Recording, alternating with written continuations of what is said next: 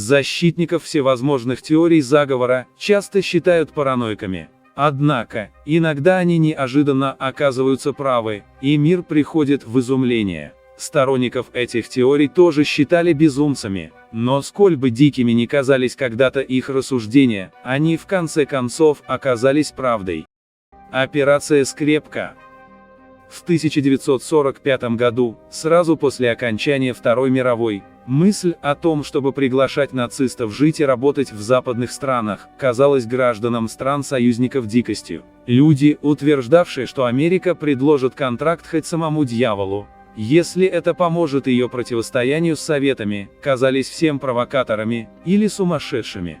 Но именно этим и занималась американская разведка, в рамках операции с кодовым названием «Скрепка», отбирая из числа военнопленных значимых медиков, физиков и ракетчиков, и предлагая им сменить фильтрационный лагерь на уютную шарашку, а в дальнейшем и на собственный кабинет. Немцы, разумеется, соглашались и постепенно перебирались в США. При этом среди них были и настоящие нацисты, получавшие от разведки новые документы и биографии. Подробности операции «Скрепка» стали известны лишь в 1970-х, и это стало настоящим шоком. Так, в Сан-Антонио в 1977 пришлось даже переименовать библиотеку авиационной медицины имени Губертуса Штрукхольда, поскольку, как оказалось, этот уважаемый в Америке ученый был одним из активных участников жестоких опытов над людьми в концлагере Дахау. Богемская роща. Лесной уголок в Калифорнии, где каждый год собираются сильные мира сего, чтобы поклоняться гигантской статуе совы. Долгие годы Богемскую рощу считали лишь элитным закрытым мужским клубом. Но в 2000 году смельчаки-добровольцы сумели проникнуть на территорию клуба и заснять происходившее там на пленку. В результате выяснилось две вещи. Во-первых, в Богемской роще действительно собираются лишь главные заправилы политики и бизнеса, причем не только из США, но и из других стран. И во-вторых, они действительно поклоняются огромной цементной сове. Смысл ритуала не пожелал объяснить публике ни один из его участников. Теперь конспирологи утверждают, что Богемский клуб – не что иное, как тайное мировое правительство. Ложь об оружии массового поражения в Ираке.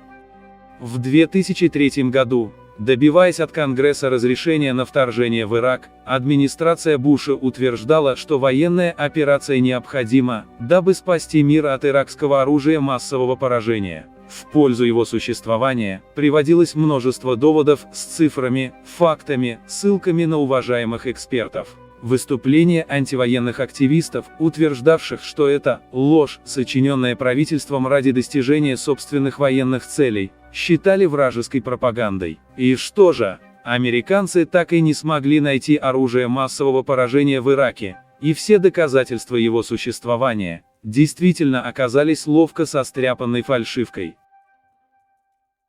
Убийство Мартина Лютера Кинга.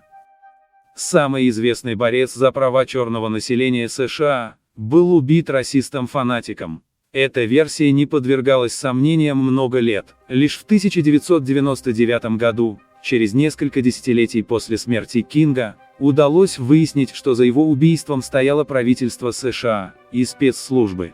Именно тогда родственникам удалось найти свидетеля, согласившегося после долгих лет молчания признаться в получении из рук представителей власти $100 000 для оплаты гонорара убийца. Спецслужбы следят за всеми. О том, что спецслужбы США беззастенчиво нарушают право граждан на частную жизнь, подсматривая и подслушивая, конспирологи говорили годами. Но потребовался Эдвард Сноуден, чтобы мир узнал. Агентство национальной безопасности США действительно ни во что не ставит право граждан на частную жизнь, прослушивая разговоры буквально каждого, от простого пользователя интернета, откуда-нибудь из Аризоны, до канцлера Германии и президента Франции. Правда, Сноудену из-за его признаний пришлось спасать свою жизнь за пределами США. А современные конспирологи утверждают, что с тех пор масштабы операции «Прослушка» стали еще шире. Неужели это правда? Эксперимент Таскиги. Исследование сифилиса, проходившее с 1932 по 1972 год в штате Алабама, с самого начала казалось многим не совсем этичным, ведь врачи лишь наблюдали за развитием болезни у сотен подопытных, но не оказывали им никакой медицинской помощи. Тех, кто с ужасом говорил о бесчеловечных экспериментах над людьми, считали паникерами. В конце концов, медики часто делают людям больно, но лишь ради их блага. Всю правду раскрыли в 1972 журналисты одной из американских газет. Реальность оказалась страшнее вымысла. Как оказалось, врачи, участвовавшие в эксперименте, не только запрещали подопытным принимать пенициллин, который мог бы излечить их, но и заражали людей сифилисом, чтобы потом наблюдать развернутую клиническую картину от начала заболевания до смерти объекта наблюдений. Лишь благодаря вмешательству прессы, нескольким десяткам участников эксперимента удалось выжить. Мафия. Долгие годы существования подпольной организации каких-то итальянских уголовников, достаточно могущественной, чтобы на равных разговаривать с министрами и президентами, многим казалось сказкой. Все сомнения рассеялись, когда в 1963 году Джо Валачи, из семьи Дженовези, стал первым в истории мафиоза, согласившимся нарушить обет молчания и рассказать об организации. Он раскрыл все, от старинных тайных ритуалов мафии, до ее связей с правительством США и ЦРУ. Он же ввел в обиход, ставшее легендарным понятие «Коза Ностра». С тех пор, в существовании мафии, и ее могуществе не сомневался никто. МК Ультра. В годы Холодной войны, разведки и контрразведки ведущих мировых держав не церемонились друг с другом, и активные поиски всеми сторонами эффективной сыворотки правды для вражеских шпионов были секретом Полишинеля. Однако, мысль о том, что ЦРУ будет испытывать образцы сыворотки на мирных гражданах, казалась то ли бредом, то ли коммунистической пропагандой. Правда открылась лишь в начале 1970-х. Действительно, с начала 50-х годов ЦРУ вело разработку сыворотки правды на ничего не подозревавших пациентах Алановского мемориального института университета МcGill в канадском Монреале, обращавшихся за помощью в лечении легких неврозов и бессонниц. Их обрабатывали наркотиками и психотропными веществами, проверяя возможности этих препаратов по воздействию на сознание. Эта программа стала известна под своим кодовым названием МК Ультра. Уже после начала расследования, в 1973-м ЦРУ уничтожила ключевые файлы программы. Так что сейчас никто с точностью не знает, сколько человек выступили в роли подопытных кроликов и, главное, прекращена ли программа сейчас. Операция «Белоснежка». Много лет алармисты кричали о том, что церковь саентологии не просто организация чудаков, поклоняющихся непонятной космической расе, а тоталитарная организация, мечтающая о мировом господстве. И оказались правы. В 1971 году, благодаря бывшим членам церкви, сумевшим вырваться из нее, стали известны детали операции «Белоснежка», плана проникновения саентологов в правящие круги западных стран. Около 5000 агентов-саентологов в 30 странах воровали секретные документы, составляли криминальные досье, и шантажом либо лестью брали под свой контроль политиков высшего эшелона, общественных деятелей и просто знаменитых людей. Когда детали заговора стали известны, многие руководители церкви были арестованы, а сама она во многих странах объявлена тоталитарной сектой. Однако саентологи активно действуют и сегодня. И прекратилась ли на самом деле операция «Белоснежка», неизвестно. Провокация с Наирой.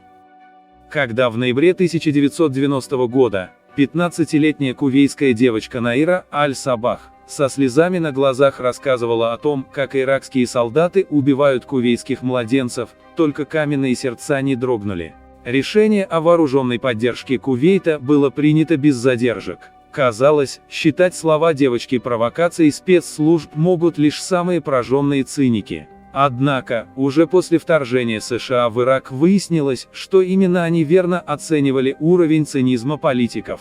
Наира оказалась дочерью посла Кувейта в США, а ее гневная речь была придумана специалистами солидного пиар-агентства, нанятого правительством Кувейта, для манипуляции общественным мнением в США и в мире.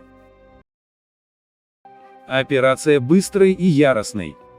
Мексиканские наркокартели официально признаны одной из угроз безопасности США. По крайней мере, об этом громко заявляют американские спецслужбы. О том, что те же спецслужбы втихую ведут дело с наркобаронами Мексики, долгое время говорили лишь любители теорий заговора. Однако в 2012 году стало известно о разработанной ЦРУ операции «Быстрый и яростный», в ходе которой мексиканским наркокартелям было продано около 1400 единиц современного оружия. Когда правда выплыла наружу, ЦРУ заявила, что это была спецоперация, направленная на развал криминальных синдикатов изнутри. Но с самого начала расследования стало ясно, что все это лишь отговорки. Какие цели на самом деле преследовали спецслужбы США, и сколько оружия утекло к наркоторговцам, пока не ясно. Страшная правда об асбесте. То, что асбест смертельно вреден для здоровья, известно давно. Но то, что об опасности этого материала производителям было известно изначально, считалось злым поклепом. И зря. Тщательное расследование американских эпидемиологов, проведенное в 1962 году, показало, что производители асбеста прекрасно знали о том, что он вызывает рак, и все же пустили его в оборот, прельстившись высокими прибылями. Самое неприятное, что, пока информация скрывалась, асбест, будучи прочным и дешевым материалом, сумел завоевать популярность во многих странах мира, часть из которых до сих пор не могут разобраться с последствиями.